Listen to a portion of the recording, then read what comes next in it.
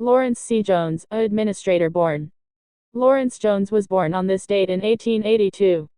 He was a black educator, administrator, and activist. From St. Joseph, Missouri, his father worked as a porter at the Pacific House Hotel. Laurence Clifton Jones came from a family of educators, with an uncle who founded the Woodstock Manual Labor Institute in Michigan in 1846. When he was 15 years old, he relocated to Marshalltown to live with an aunt and uncle. In 1903, Jones became the first African American to graduate from Marshalltown High School. He recalled how getting the opportunity to pen his graduation class song was the first time anyone had confidence in me.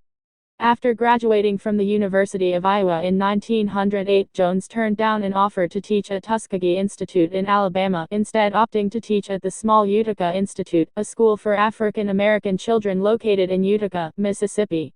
While he was there, he was recruited by the congregation of St. John's Baptist Church of Dallow, Mississippi, to build a school. White residents of the area had initially thwarted the efforts of the church to start a school for their children. When he learned about rural Rankin County, Mississippi, which had an 80% illiteracy rate, Jones identified his personal mission. In 1909, Jones agreed to teach a poor youngster to read, and soon found himself teaching a small group of students. He started the Piney Woods School with just $2 and 3 students. A local freed slave named Ed Taylor gave Jones 40 acres and an abandoned sheep shed to start his school. After marrying Grace Morris Allen in 1912, she was the founder of the Grace M. Allen Industrial School for black students in Burlington, Iowa. Jones built a larger school to accommodate many students interested in attending. A local white sawmill owner donated the wood for that building, and dozens of other donations arrived, including cattle for milk, a large amount of land near the school, and cash. Throughout the rest of her life, she was pivotal in helping her husband fundraise for the school by teaching domestic science courses. In his book How to Stop Worrying and Start Living, white author and motivator Dale Carnegie told how Jones had survived a near lynching in 1918 by demonstrating to the white mob how passionate he was about his efforts to educate black children. Several accounts support Carnegie's account that, after being persuaded not to lynch him, the crowd ended up collecting money to give to Jones to support his school. Carnegie said, "No man can force me to stoop low enough to hate him." Jones used the Booker T. Washington model of training blacks to be good workers.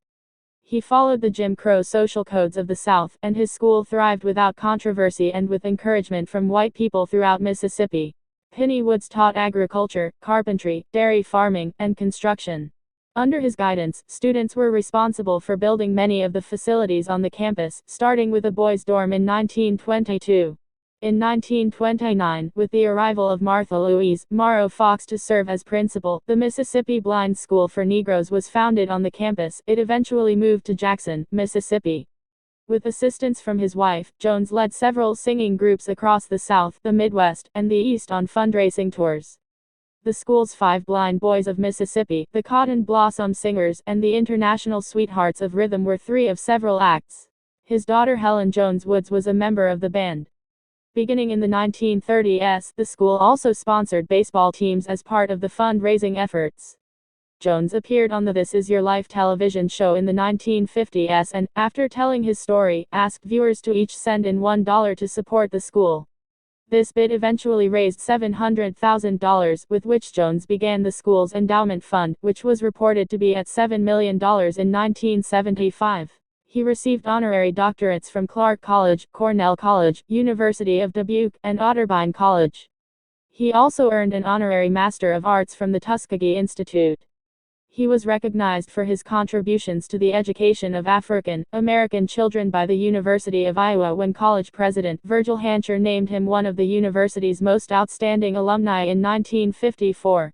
Jones also sat on boards for the Mississippi Federation of Colored Women's Clubs and the State Executive Committee for the YMCA. He was also the author of several books, including Up Through Difficulties, published in 1910, Piney Woods and Its Story, published in 1923, and The Bottom Rail, published in 1933. Jones spent his adult life supporting the educational advancement of rural black students in the segregated South. Laurence C. Jones died on July 13, 1975 at nearly 42 years ago, but his devotion to the education of African American youth continues today at the Piney Woods Country.